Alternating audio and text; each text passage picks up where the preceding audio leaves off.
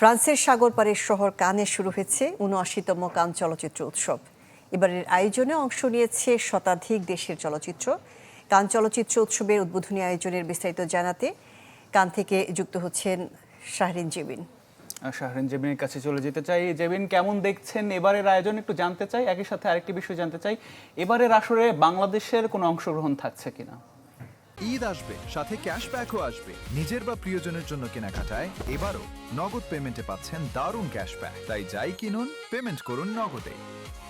ধন্যবাদ আতিক এবং শাহনাজ, আপনাদের দুজনকে। আমি তো আছি ৭৯তম কান চলচ্চিত্র উৎসবের আসরে, আর আমি যে জায়গাটাতে দাঁড়িয়ে আছি আমার পেছনে ঠিক বোঝা যাচ্ছে যে রেড কার্পেটের একটা প্রস্তুতি চলছে, কারণ আজকের দিনে আর কিছুক্ষণ পরে মানে বাংলাদেশ সময় রাত 11টার সময় উদ্বোধন হবে ৭৯তম কান চলচ্চিত্র উৎসবের।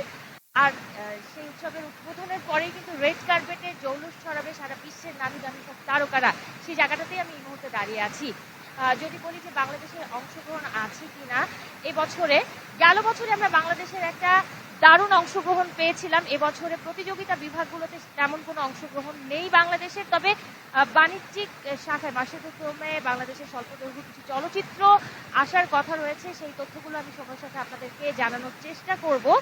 আর উদ্বোধনী আয়োজন নিয়ে যদি আরেকটু আপনাদেরকে জানাতে চাই, স্থানীয় সময় সন্ধ্যা ৭টা মানে রাত 11টা বাংলাদেশের সময় উদ্বোধন হবে ৭৯তম আসরের।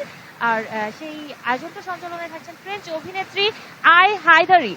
আর তার আগে অবশ্য জুরি বোর্ডের সদস্যরা সকলে মিলে একটা প্রেস কনফারেন্সে যুক্ত হয়েছিলেন এবং সেই প্রেস কনফারেন্সটা শেষ করেছেন।